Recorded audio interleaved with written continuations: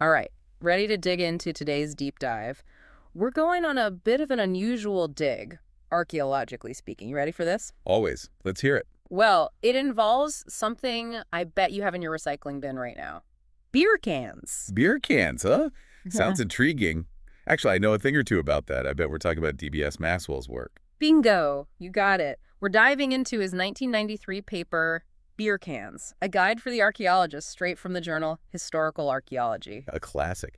And, what I find fascinating about Maxwell's approach is how he uses the evolution of beer can design as an archaeological tool itself. It's brilliant. I mean, who would have thought those discarded aluminum cylinders we're so used to could be like little time capsules, right?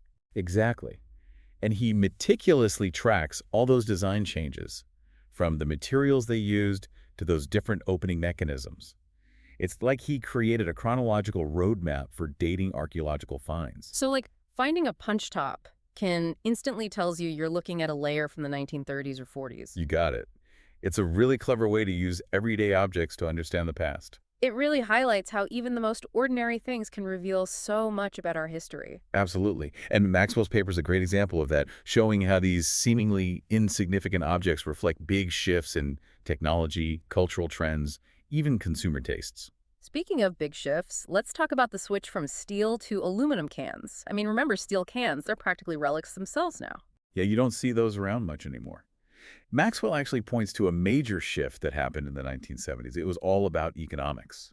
Aluminum was lighter than steel, which meant cheaper shipping costs for the brewers. Classic case of profit-driving innovation. Exactly.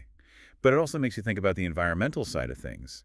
Switching to a new material on such a massive scale must have had some kind of impact. Right. It makes you wonder about the ecological footprint of our choices, even back then. Definitely. And Maxwell touches on that a bit, this idea of resource scarcity and how industries adapt. Yeah. But you're right, this was the 70s. Environmental awareness was just starting to take hold. Yeah. Makes you wonder about the bigger picture, right?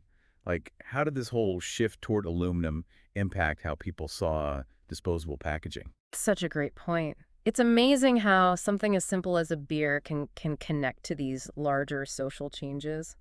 But hey, we've got to give props to the ingenuity that went into those cans too. The evolution of opening mechanisms alone. I mean, we went from needing a church key to pop tops. Right.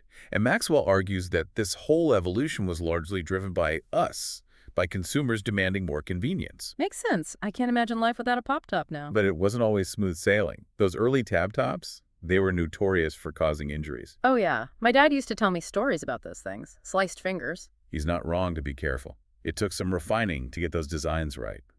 Maxwell even talks about how the addition of those little ridges, the smile beans, made a huge difference in safety. It's funny, right? These tiny details we never even think about have their own whole backstories.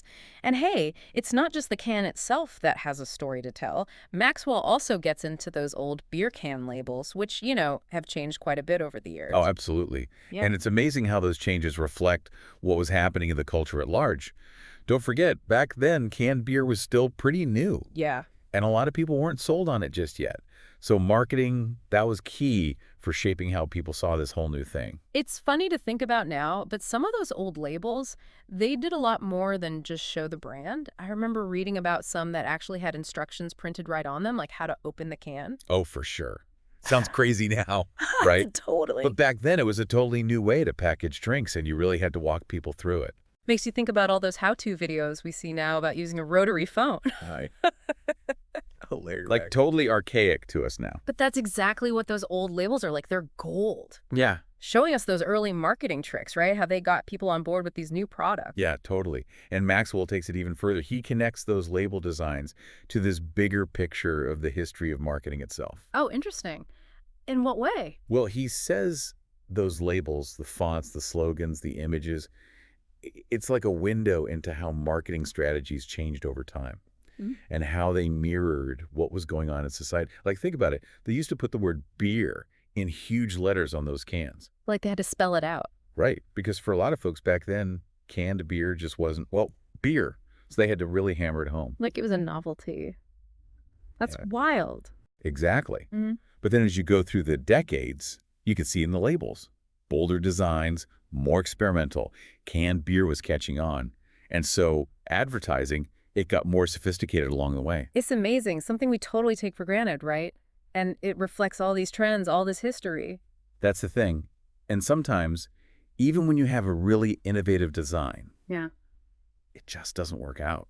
Like that whole barrel can thing with hams back in the 70s.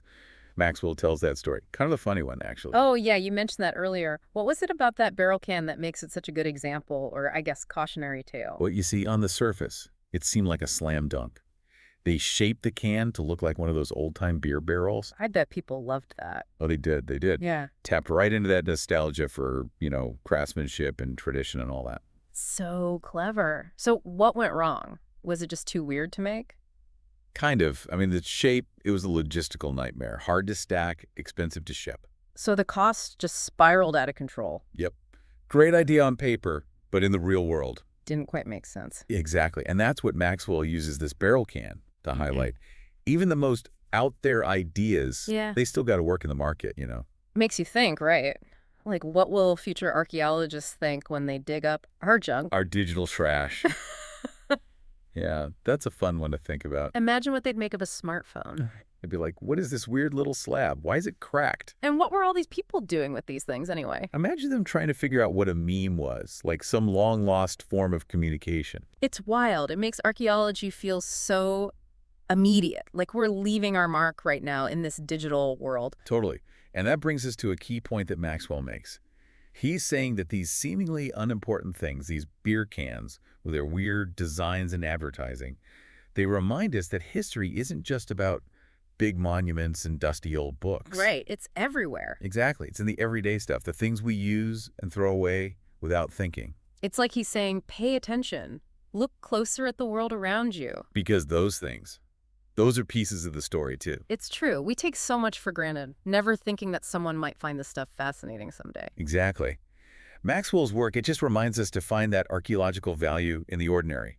Like even a beer can connect us to the past, So everyone listening, next time you crack open a cold one, Here. take a second to think about that can.